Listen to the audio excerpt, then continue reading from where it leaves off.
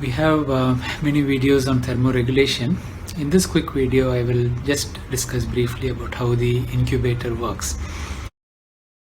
So the incubator is an amazing piece of equipment, and if you see the history of neonatology right from the late 1800s, the incubators were designed for preterm babies. There were a group from the US which exhibited these babies. Incubators have been in existence for quite a long time. So how does the incubator work?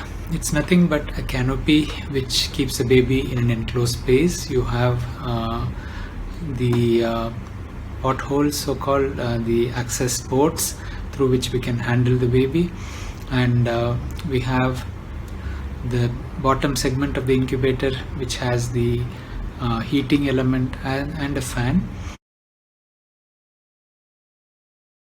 And you have the settings panel where you put the settings, you can monitor, you can adjust the humidity. You also have a water chamber.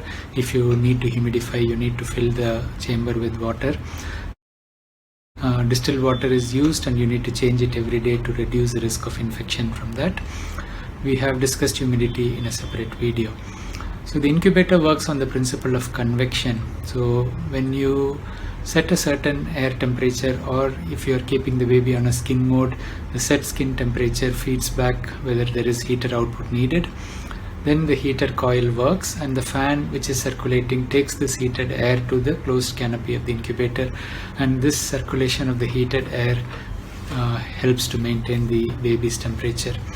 Obviously, because the bed is over the fan area, the baby doesn't have a wind drought. The air circulates in a gentler fashion. I mean, we know that wind drought is not good for the baby and it can produce more evaporation. So the fan circulates under the bed of the baby and the air turbulence is reduced once it comes up.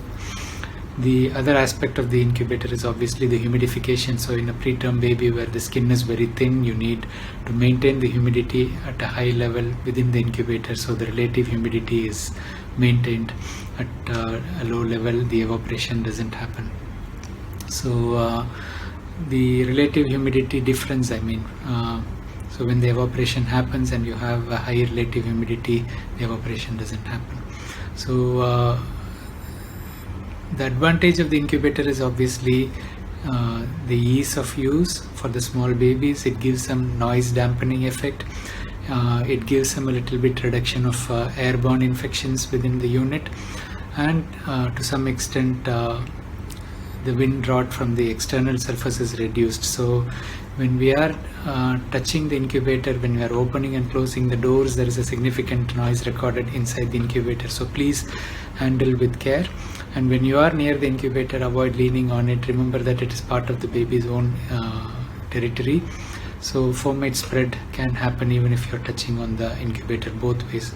And the water change in the humidifying chamber is very important as well. If you are keeping humidity, we try to wean the humidity when the baby is ready, so we don't need to keep it on unless it's needed.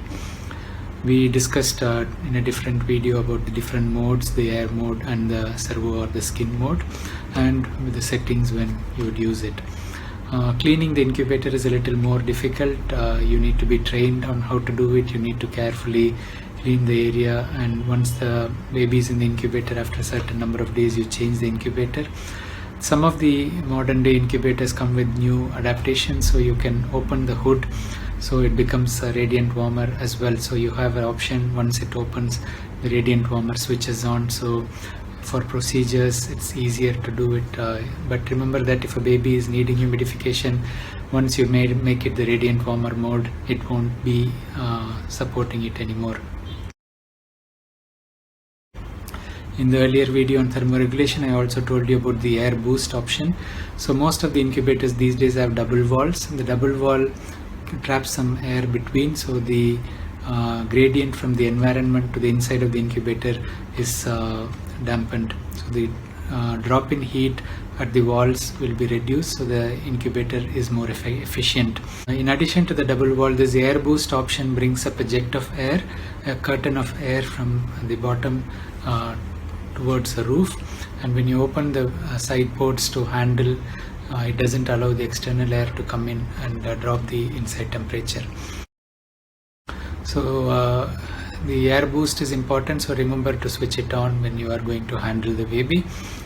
Once the baby is stable enough, I always suggest to move to the air mode, then the skin mode, because with skin mode, any such handling of the baby will lead to a significant rise in the required air temperature. A slight drop in the baby's temperature will be triggering a higher increase in the air temperature, and then it overshoots, and you will see frequent patterns of the baby being in a higher heat in the environment than you would be otherwise with the air mode.